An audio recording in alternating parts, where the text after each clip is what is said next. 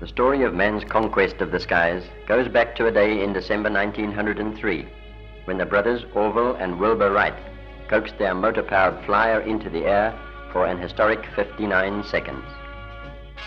Man had flown, and his centuries-old dream of sharing the skies began to come true.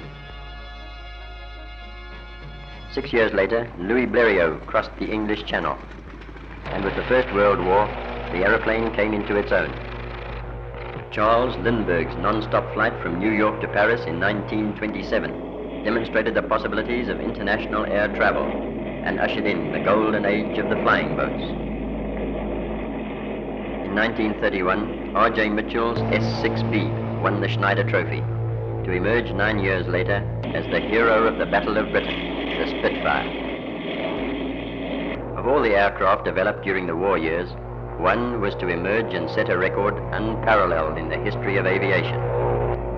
An American troop carrier, the Douglas DC-3 Dakota, was to go into service with almost every commercial airline in the world, and today it is still in use around the globe.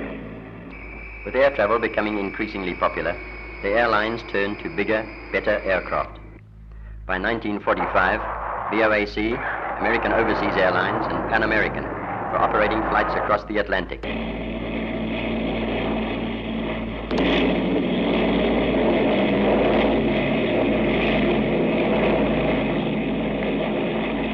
But ever since the war, designers had been experimenting with a revolutionary method of aircraft propulsion, and the throb of the piston engines and the familiar sight of the giant propellers were soon to be no more, as a new sound echoed across the skies.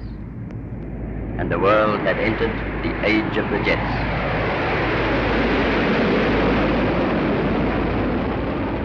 The major airlines were quick to grasp the significance of this new development, and soon the Boeings, the VC-10s, and the Douglas DC-8s were a common sight at the great airports of the world. Today, an airliner takes off somewhere in the world every 5 seconds of the day and night. Every year, passenger aircraft fly the equivalent of 80,000 times around the world. Roger, jet speedbird 707 rolling.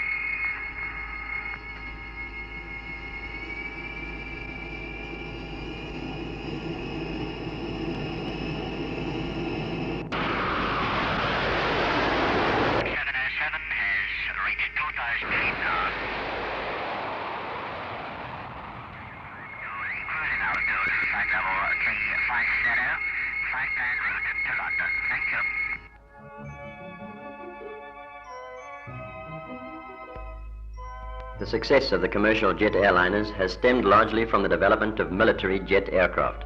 The English electric Canberras were the RAF's first jet bombers. Built under license in the United States as the Martin B-57, these aircraft formed the backbone of many of the world's air forces, until replaced by the more highly developed machines of today. The Hawker Siddeley Buccaneer S-2, a two-seater low-level strike aircraft designed for attack at just below the speed of sound. Fitted with advanced navigation and firing systems, linked with controls for semi-automatic flight, and powered by Rolls-Royce Spey turbojets, the Buccaneer's performance and armament are still certified as secret.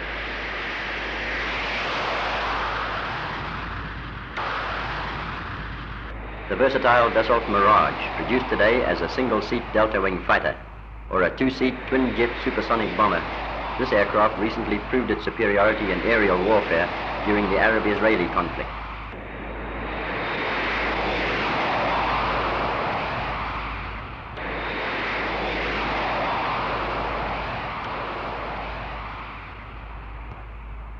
Capable of hurtling through the skies at over 1,400 miles an hour, control of these Thunderbirds is in the hands of a new breed of men.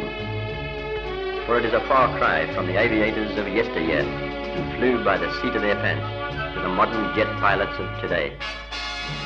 Mentally alert, superbly fit, these aerocrats and their mechanically sophisticated chargers maneuver in a world beyond the speed of sound.